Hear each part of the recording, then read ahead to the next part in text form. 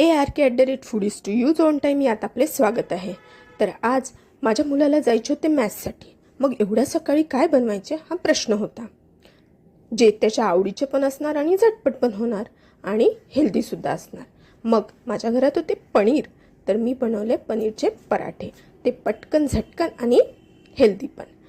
काय होतं, मुलं बाहेर जातात ना तेव्हा बसून खायचा हा प्रश्न असतो, कारण की मॅच म्हटलं तर ग्राउंडवर बसूनच मुलांना खायचे असते. त्याच्यामुळे सहज त्याला उघडून खाता येईल अशा प्रकारे मी ते पनीरचे पराठे बनवले आणि त्याचे रोल करून दिले.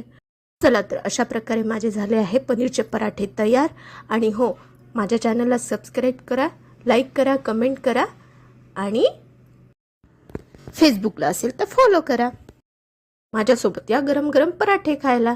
तर चला, बाय बाय.